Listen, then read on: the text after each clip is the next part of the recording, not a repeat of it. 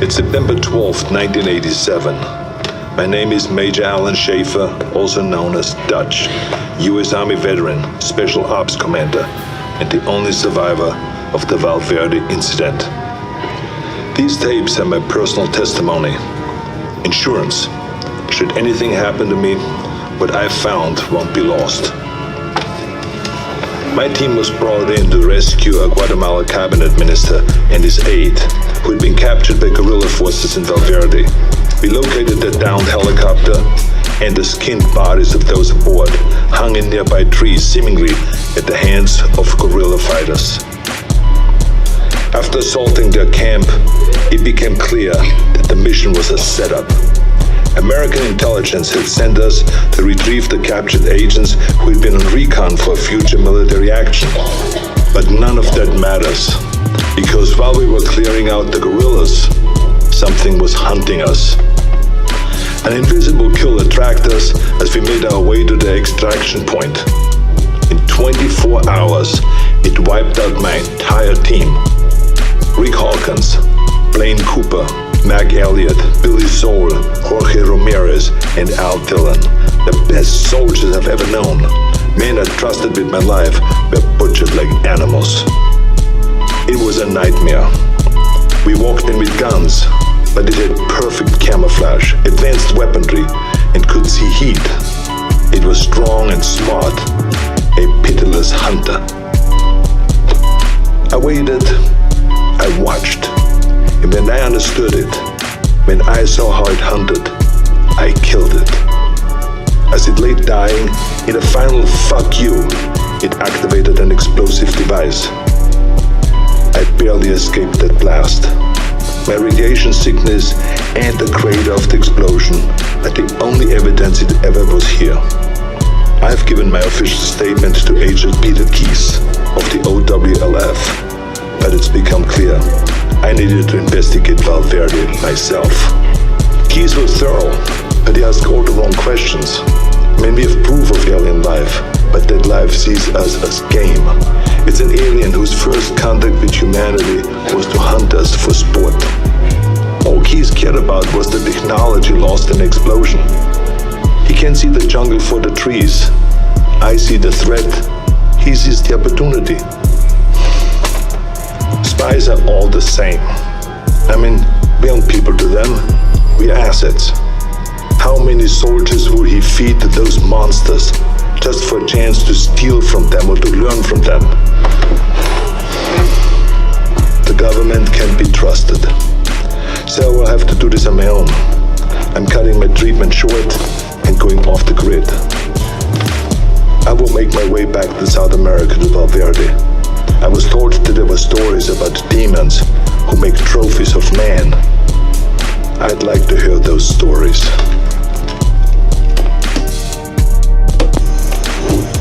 April 8th, 1991. I'm not dead yet. I'll admit, I regret not curing my radiation sickness before I left. It made leaving the country difficult. I cashed in a few favors, took one too many off-the-book flights in rusted-up buckets, but I made it back to Valverde.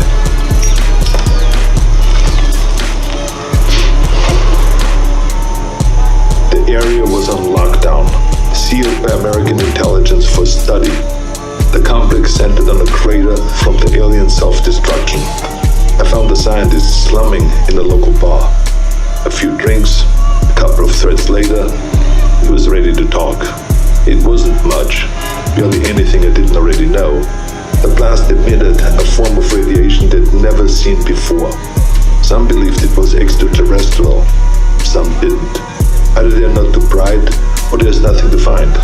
I decided to let them keep searching in vain. It kept them busy and off my trail. I've been touring villages and small towns using the cover of an author writing about South American folklore. I don't know if any of them bought in, but they took my money and told the stories. The closer they were to the jungle, the more stories of devils in the trees. Some were bullshit, made up on the spot, but some carried consistencies that I couldn't ignore.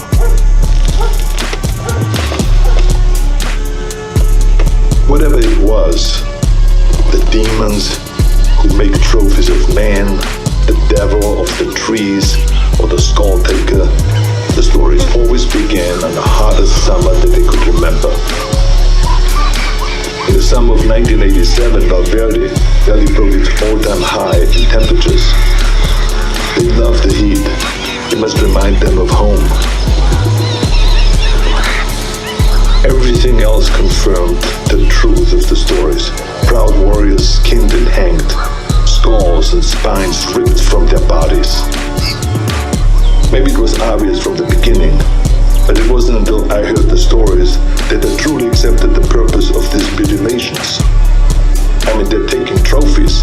They travel impassable distances to hunters, skinners, and mounters over some alien fireplace on another world. It would be disgusting if it weren't so familiar. Where do I go now? It's been on my mind all year. The takeaway from all this intel is that they've been doing this for decades, centuries maybe. They're coming back, and I need to be there when they do.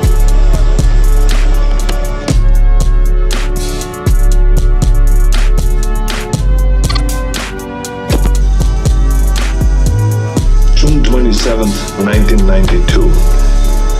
It's hard to remember that the most important part of an operation is patience.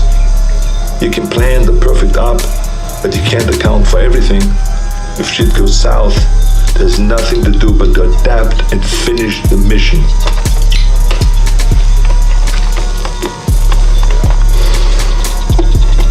Sometimes you just get lucky. I was in the dock, 10 clicks downriver from the Valverde border, figuring out my next move. I was ready to pack it in. I thought that I learned everything that I could, that there was nothing left for me to find. The OWLF had abandoned the detonation site a year ago. And I thought that they already shipped back to America. That's when I saw Agent Peter Keyes tie his skiff to the dock. I haven't seen Keyes since I gave my official statement to him. It was impossible, but there he was, with 3 of his buddies. All agents. The clean, tidy outfits give them away all the time. They don't want to get down in the dirt, you see. That's what they pay soldiers to do. Keyes walked up, looked right at me, and shook my hand. With the radiation sickness, they have lost a lot of weight, so I thought that he maybe would not recognize me, but then he greeted me like we were old pals. Keyes is a good spy, saying nothing, implying everything. We spent the next few hours trading war stories at the bar. If you'd heard us, you would never have suspected we were trading intel on an alien manhunter. His cover was that they have been looking for a serial killer, a sadist who has been operating in the area for years, hunting people like animals and then skinning them alive. Keyes wanted to talk about the monster, so it all came out in the cover story. In many ways, they were just a few steps behind, surveying villages for information, locating witnesses.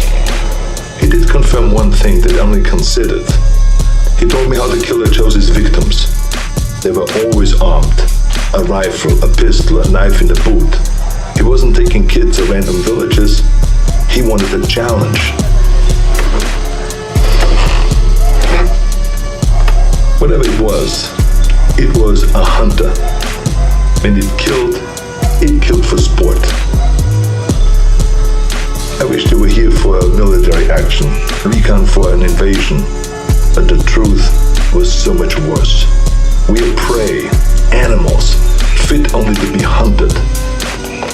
Keyes and his buddies paid the tab and mine, but before he left, he winked at me and he said, "Stay out of the jungle. That's where he gets you." I tracked Keyes and his team for weeks, but they didn't learn anything new. Maybe they knew that I was there, maybe they didn't, I don't know. I've risked enough for now. I think it's time to disappear. Keep my ear to the ground. Be patient.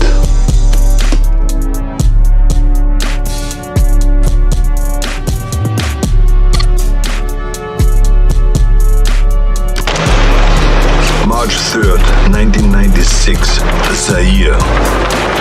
I thought I could wait. I thought that I could hold back and make my move at the right time. I couldn't. Fuck.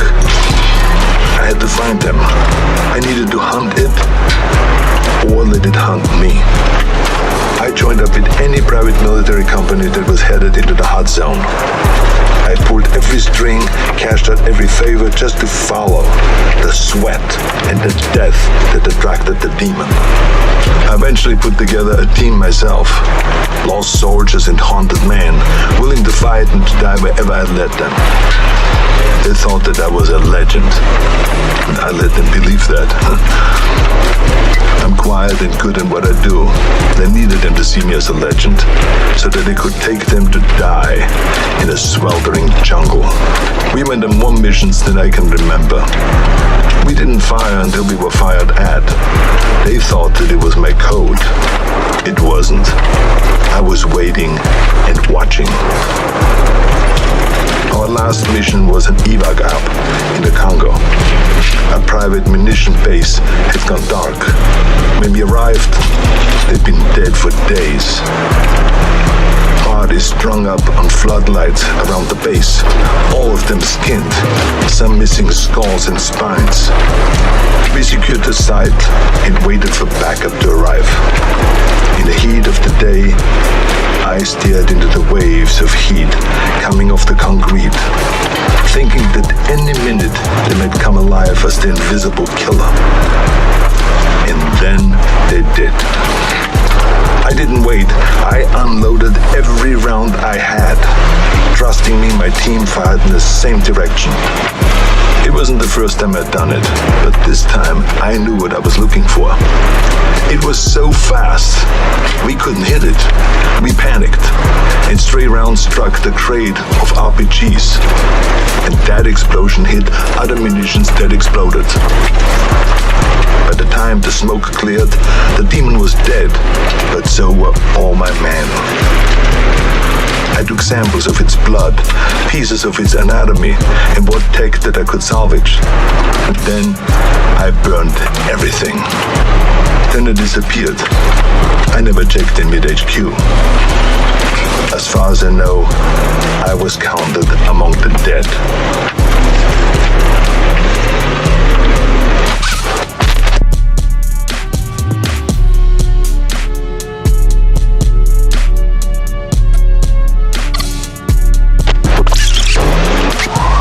October 12th, 1997, Los Angeles. I needed to come back to the States. It wasn't impossible to sneak contraband through customs, but I wasn't willing to risk what I found in the Congo falling into the wrong hands. Instead, I traveled to Mexico aboard a cargo ship bound for the port of Altamira. From there, I made my way to Tijuana and I bunkered down. I had tangible proof of extraterrestrial life in my possession, but no idea what to do with it. I'm not a scientist. I did a soldier's duty and secured valuable intel. This was out of my pay grade. I kept an eye on the news. Los Angeles was having a record-breaking heat wave and a gang war on the streets. It was perfect. I could feel it in my bones. I'd been tracking them for so long, I could think like that. I could smell the prey. I could see the hunting ground. I had to get to LA.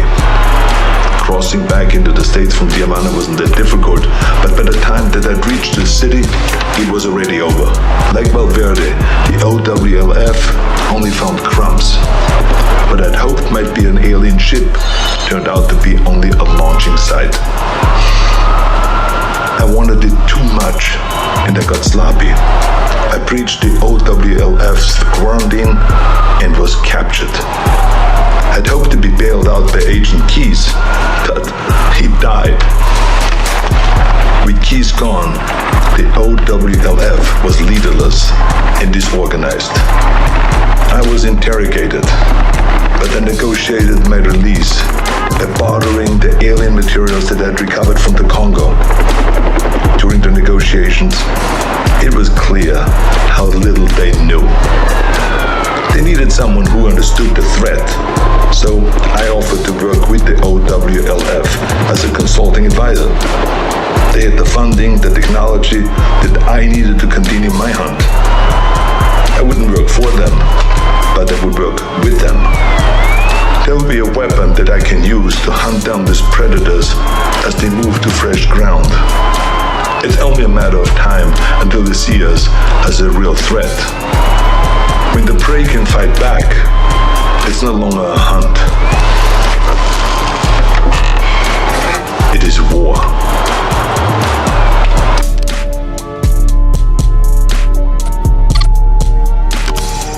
March 3rd, 2008.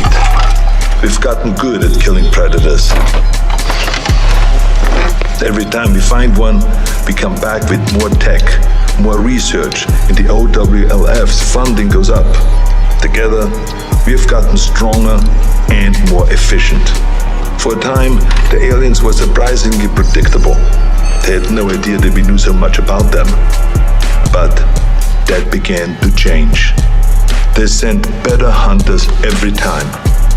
They're beginning to see us as a threat. Or we've become a more worthy prize. Maybe both.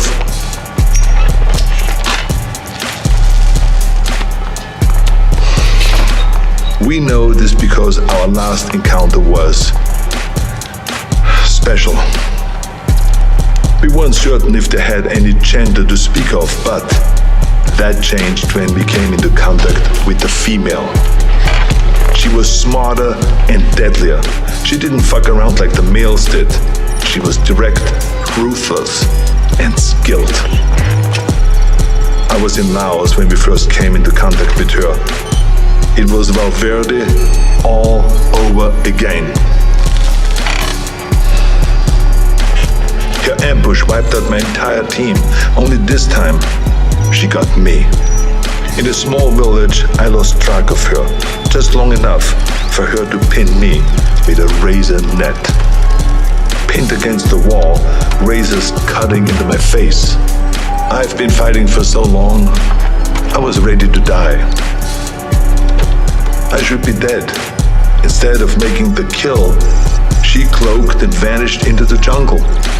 The net relaxed and I escaped with my life, and a scar to remember her by. She spared me, only me, like she knew who I was. I returned to the exfil, my first failed mission in a long time. Are we going about this wrong? I mean, we've learned so much, but in doing so, have we made ourselves a bigger target? I can't stop thinking about something Napoleon said. You must not fight too often with one enemy, or you will teach them all your art of war. I started this believing that we were learning how to hunt them, or maybe she let me live to just be hunted another day. We were teaching them how to hunt us.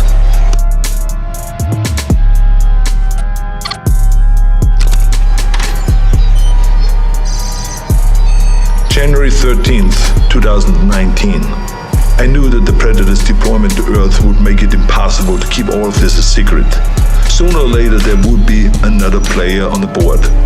I'd hoped that it would be another agency, one that understood and respected the threat. Project Stargazer. Our initial intelligence on Stargazer was that they were capable, funded, but inexperienced. But they were smart. They took the OWLF's funding and got it shut down.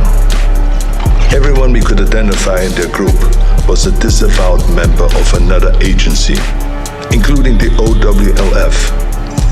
Lacking strong leadership and a clear directive, they were sloppy and arrogant. They were aware of the Predator's threat, and while they had many of the pieces, they struggled to see the bigger picture. Stargazer was so far behind that we didn't see them as a threat until the event in Mexico. The recovered Predator escape pod was an extraordinary find for Stargazer, but the death toll was a heavy price to pay for taking a predator captive. My task force has many directives, but one of the most primary is we do not take captives. Retrieve technology, corpses, and other intelligence. But there's no value in a live predator, only liability. The enemy does not want peace, the enemy does not negotiate, its only drive on Earth is to hunt. What we might learn from a captive predator would never be worth the risk to our people. Stargazer didn't learn from their mistakes, and the technology they've recovered has only made them cocky. When the government cut ties to the agency, it should have shuttered their project permanently, but they only shifted their goals. Guerrilla factions and private military companies are being contracted by Stargazer to set up bases and equipment in locations that we have identified as ideal hunting grounds. We believe that the former intelligence project is setting itself up to be a fully independent dealer of otherworldly arms. This is the worst-case scenario. Hostile forces will use those weapons on their enemies, and they will use them on us. All the while, the true enemy stalks us unseen. It's a distraction mankind can't afford. Stargazer will have to be dealt with.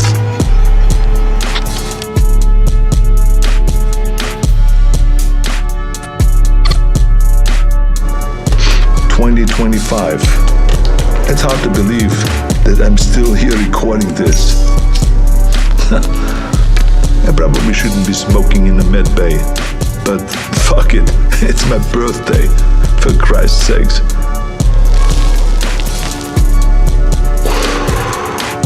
I turned 78 today, but I'm out there hunting.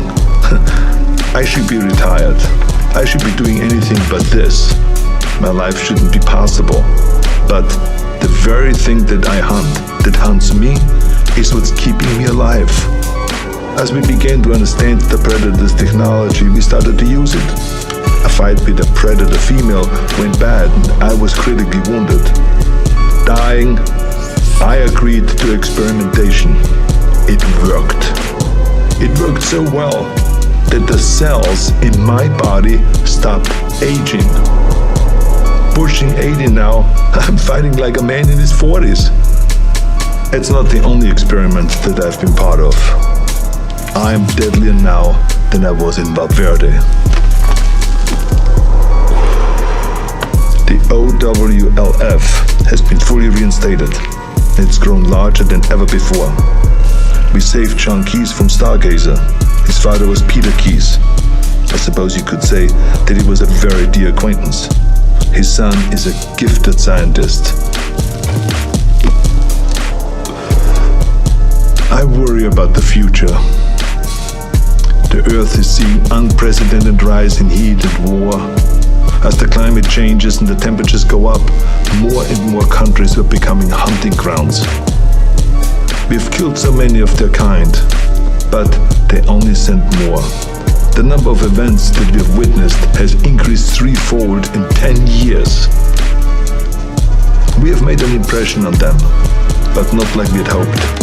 We wanted to show them that we weren't prey, to deter them from ever sending another hunter to our world. We sent a warning, but they took it as a challenge. I fear we have made things worse. If the predators ever decide that we've grown too bold, I have no doubt that they could burn the Earth and all of humanity with it. My only hope is that while they waste their time on sport, we can rise up together and stand against them as a species. Until then,